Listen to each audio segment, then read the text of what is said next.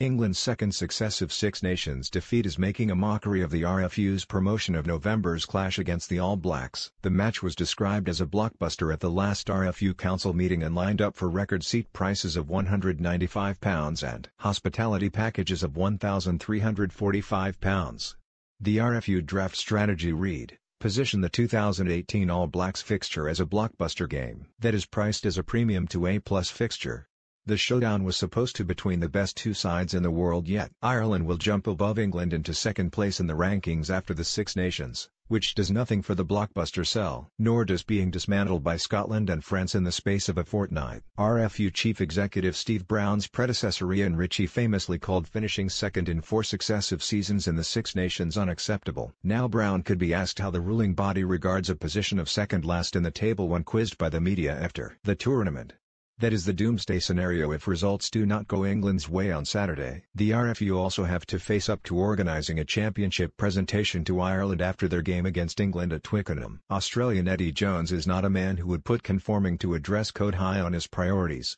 But, after upsetting some of the Scottish Blazers by turning up to the official function after the game at Murrayfield in an open neck shirt and jumper, England's head coach was noticeably dressed in a jacket and tie for the French dinner. Only the French could organise their signing of their 2023 Rugby World Cup contract with much ballyhoo at the Stade de France. During the game between Ireland and Scotland, which most people in the room would have preferred to be watching on television rather than sit around waiting for the French Prime Minister to turn up.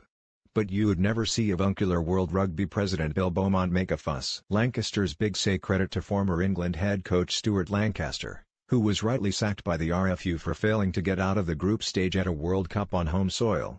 He has reinvented himself at Leinster, the club that has provided the bulk of the Six Nations winning Irish side. Ireland and Leinster talisman Johnny Sexton is said to be glowing in his praise for Lancaster's coaching know-how. If the RFU want to start growing the game and getting more youngsters into Twickenham, they should start by cutting down on the over-the-top perks given to the councillors and partners. As well as the win or lose, we're on the booze license to drink all day at the RFU's expense on Twickenham match days, before, during, between and after their lunch and dinner meals. They also have the right to buy 8 tickets. The battle for Stalingrad, where the Russians suffered horrendous losses in repelling the German invasion, is regarded as the turning point of the Second World War. And with England's first World Cup match against Tunisia being staged in Volgograd, as the city was renamed, the FA were planning to mark the game in an appropriate way, being aware of the history.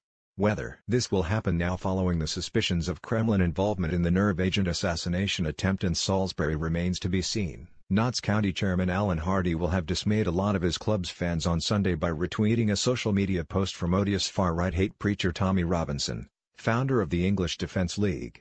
Hardy claimed unconvincingly he thought Robinson was a Sunday newspaper journalist before deleting his retweet.